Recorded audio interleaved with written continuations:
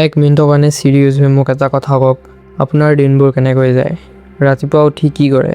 Mobile ধৰে, scroll কৰে, video' চায়, দিনটো গ'ল, ৰাতি শুবলৈ গৈ মনত পৰিলে আজিও একো নকৰিলোঁ। আপুনি এই ফিলিংছটোৰ লগত চাগৈ সদায় ডিল কৰি আছে আৰু এনেকৈ এটা মাহ গুচি যায়, 2টা মাহ গুচি যায় আৰু বছৰো গুচি যায়। ডেইলি হেবিট একেই আছে, লাইফো একেই আছে, লাইফত একো প্ৰগ্ৰেছো নাই। কিন্তু মই যদি কওঁ এইবিলাক চব চেঞ্জ কৰি দিবলৈ মাত্ৰ 30 দিন লাগে, 30 দিন যদি আপুনি ভালদৰে ইনভেষ্ট কৰে তেতিয়াহ'লে আপোনাৰ জীৱনৰ ডাইৰেকশ্যন সলনি হৈ যাব। মটিভেশ্যনো নালাগিব বা একো মেজিকো নালাগিব, মাত্ৰ এটা ষ্ট্ৰাকচাৰ লাগিব আৰু আজি ইয়াকে দিম।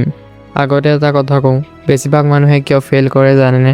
কাৰণ তেওঁলোকে এদিন চেষ্টা কৰে, 2 দিন কৰে, কিন্তু 3 নম্বৰ দিনা সিহঁতৰ মটিভেশ্যন খতম হৈ যায় আৰু তাৰ পিছত নিজকে কয় মইনো এনেকুৱাই নে? নহয়, আপুনি এনেকুৱা নহয়, কাৰণ আপোনাৰ কোনো প্ৰপাৰ ছিষ্টেম নাই। আজিৰ এই 30 দিনৰ চেলেঞ্জটো মটিভেশ্যনৰ ওপৰত নহয়, ষ্ট্ৰাকচাৰৰ ওপৰত। ষ্ট্ৰাকচাৰ মানে হৈছে কি কৰিব, কেতিয়া কৰিব আৰু কেনেকৈ ট্ৰেক কৰিব। এইটো ফ'ল' কৰিলে আপুনি 30 দিনৰ পাছত আপোনাৰ এটা নতুন ভাৰ্জন দেখা পাব। ষ্টেপ 1, ডিষ্ট্ৰেকশ্যন কাট কৰা। আপুনি আপোনাৰ সময়বোৰ কেনেকৈ ৱেষ্ট কৰিছে সেইটো আগতে বন্ধ কৰক। ইনষ্টাগ্ৰাম, ইউটিউব, স্নেপচেট, গেম এইবিলাকতে ঘণ্টাৰ পিছত ঘণ্টা গুচি যায় আৰু শেষত কি পায়? ঘণ্টা। তেন্তে এতিয়াৰ পৰাই এইবোৰ চব 30 দিনলৈকে বন্ধ কৰক। বন্ধ কৰিব নোৱাৰিলেও অলপ কমাই দিয়ক। আৰু এটা ইম্পৰ্টেণ্ট কথা, এতিয়াৰ পৰা চেল্ফ ইমপ্ৰুভমেণ্ট ভিডিঅ' চোৱাও অকণমান বন্ধ কৰক। এইটো উইয়াৰ্ড চাউণ্ড কৰে, কিন্তু এইটো সঁচা। এটা সময়ৰ পাছত ভিডিঅ' চোৱাটো প্ৰক্ৰেষ্টিনেশ্যন হৈ যায়। আজি চাওঁ, কাইলৈৰ পৰা কৰিম, কাইলৈ কৰিম, আজি আৰু এটা ভিডিঅ' চাই লওঁ। এইটো ট্ৰেপ হয়।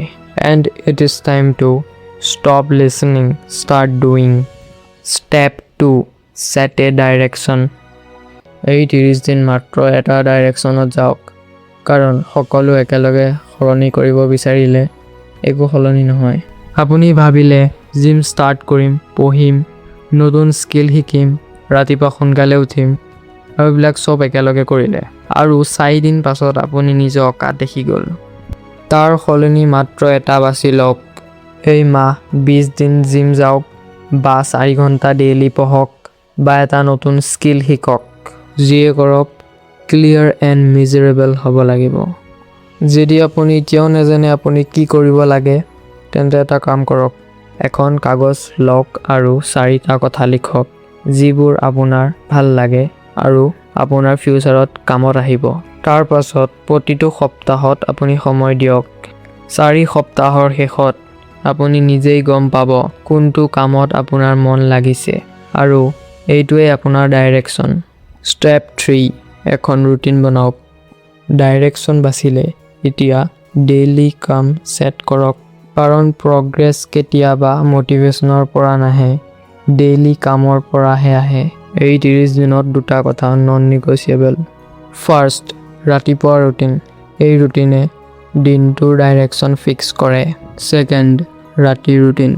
এই ৰুটিনে পিছদিনাৰ কাৰণে ব্ৰেইনক ৰেডি কৰে। এই 2টা স্কিপ নকৰিব, কোনো কাৰণতে স্কিপ নকৰিব। বৰষুণ হওক বা ধুমুহা দিয়ক বা মন নাযাওক, এই 2টা কৰিবই লাগিব। ৰাতিপুৱা ৰুটিন ফ'ল' কৰিবই লাগিব আৰু ৰাতিৰ ৰুটিনো ফ'ল' কৰিব লাগিব। এইটোৱে আপোনাৰ দিনটোৰ বেকবোন। ষ্টেপ 4, প্ৰগ্ৰেছ ট্ৰেক কৰক। লাষ্ট ষ্টেপ, ডেইলি ট্ৰেক কৰক। বেছিভাগ মানুহে চেলেঞ্জ বাদ দিয়ে কাৰণ সিহঁতে প্ৰগ্ৰেছ নেদেখে। সিহঁতে কয় কিনো হ'ল, একোৱে নহ'ল দেখোন, এইবিলাক চব বাল। কিন্তু প্ৰগ্ৰেছ ট্ৰেক কৰিলেহে দেখিব। এখন কাগজ লওক আৰু তাত 1ৰ পৰা 30লৈকে লিখক আৰু ওপৰত লিখক 30 days চেলেঞ্জ। আৰু যোনদিনা আপোনাৰ টাস্ক কমপ্লিট হ'ব সেইদিনা টিক মাৰ্ক মাৰি যাব। কেইদিনমান টিক মৰাৰ পিছত আপোনাৰ নিজে মন যাব এই মুভমেণ্টামটো ব্ৰেক নকৰা আৰু 1 সপ্তাহত এবাৰ আপুনি ৰিভিউ কৰক, কি কৰিলে, কি ঠিক কৰিলে, কি বাদ দিলে আৰু পিছৰ সপ্তাহত কি ইমপ্ৰুভ কৰিব। কাৰণ ইমপ্ৰুভমেণ্ট ৰেণ্ডম এফৰ্টছৰ পৰা নাহে, কনচিষ্টেণ্ট এফৰ্টৰ পৰাহে আহে আৰু এই এফৰ্ট আপুনি নিজেই দিব লাগিব। লাষ্ট 30 দিনৰ পাছত 2টা পচিবিলিটি থাকিব। 1, আপুনি আগৰ নিচিনাই থাকিব। 2, আপুনি কমপ্লিটলি চেঞ্জ হৈ যাব আৰু এইবিলাক চব আপোনাৰ হাতত। কমেণ্টত জনাব এইটো আপুনি কমপ্লিট কৰিব পাৰিবনে।